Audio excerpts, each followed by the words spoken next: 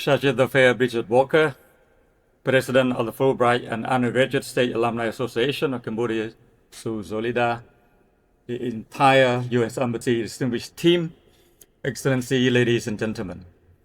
I am very honored to join you this evening to mark the 75th anniversary of diplomatic relations between the United States and Cambodia, and to recognize the generations of Fulbright alumni who have helped shape Cambodia institution, classrooms, and public life.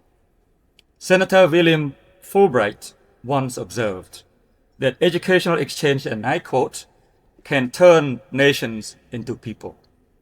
The theme of tonight's gathering, We the People, reminds us that authority begins with citizens, and that institutions carry responsibility on their behalf. Taken together, these principles show that partnership and governance succeed when they stay anchored in people, in relationship across borders, and in services that reach communities at home. I came to understand what that means in practice in 2008, when I assumed the managing director role at the Electricity de Cambodia, EDC. At that time, much rural Cambodia lived without reliable electricity. Families paid significantly more for poor service than those in cities. EDC itself was burdened with debt, electricity theft, and tariff differences that left rural households paying 3 to 18.5 times more for unreliable power. Nationwide, electrification required engineering skills, financing, and a clear vision about how to redistribute access more fairly. Extending access equitably became the central objective. With colleagues across the institution, with support from development partners, and with strong backing from Somdech Paket Mahasaraya Techo Hun Sen, we strengthened internal discipline so the system could carry out its public obligation. We then built a rural electrification approach capable of reaching low-income and remote communities in a sustained way, including by integrating the Rural Electrification Fund into EDC as a mechanism for grid extension and targeted support. Between 2008 and today, village electrification has risen from 14% to over 99%, an increase of 85 percentage points. The results were visible in households gaining reliable electricity.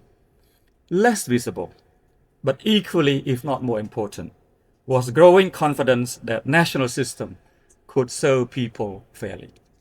Alongside infrastructure, we invested in people, young Cambodians from rural areas, particularly young women, were brought to the city who were trained through the Institute of Electrical Sciences, which is the EDC training center, as future custodians of the system itself. Many now work in control rooms, planning units, and renewable energy projects that are defining the next phase of our power sector.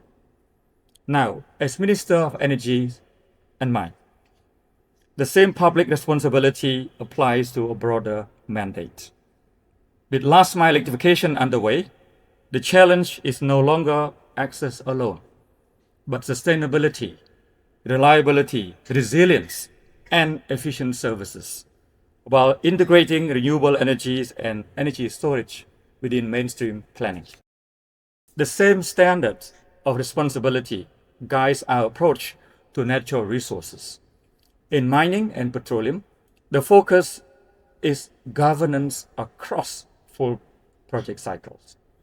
Licensing, operation, safety, environmental management, and community engagement, so that investment translates into public value. Delivering that standard requires institutions with the capacity to govern well and people trained to carry that responsibility forward and consistently. This is where the Fulbright community matters deeply.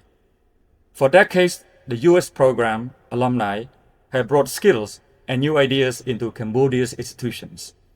Many of you today have strengthened classrooms, laboratories, companies, and public systems. That contribution is measurable, and it will grow stronger as our alumni networks mature. Your work shows how exchange becomes service, and how alumni carry responsibility long after the scholarship ends. Returning to William Fulbright's phrase, turning nation into people, we are also reminded why it endures, because it is practical. The Fulbright program has made that idea real by linking people across borders to knowledge, to experience, and to one another especially. And it is precisely in moments of tension that recognizing one another's humanity matters most. Tonight, we hold two truths at once. We celebrate partnership and progress, and we recognize the urgent responsibility to protect peace and civilians. I cannot leave this evening without addressing the situation along the Cambodia-Thailand border. In recent weeks, as tensions have escalated, Cambodia's priority is de-escalation and the protection of civilians. The United States has publicly called for calm and a ceasefire, and it has engaged directly with leaders in support of halting the conflict. We welcome every serious effort that helps restore stability. I wish to express my sincere gratitude to Samdech Mahabawathabari Manet, the Prime Minister, for his continuous efforts to safeguard peace and security, more than his face. I also appreciate the United States' role in supporting restraint and constructive dialogue. Thank you to the U.S. Embassy, to the entire staff, to our Alumni Association, to all of you for convening us this evening, and to all of you for the work you carry forward. In a time when peace cannot be taken for granted, the work of exchange matters because it helps build what peace depends on: trust, competence, and institutions that serve people fairly. That is the promise and also the responsibility of we, the people. Thank you very much.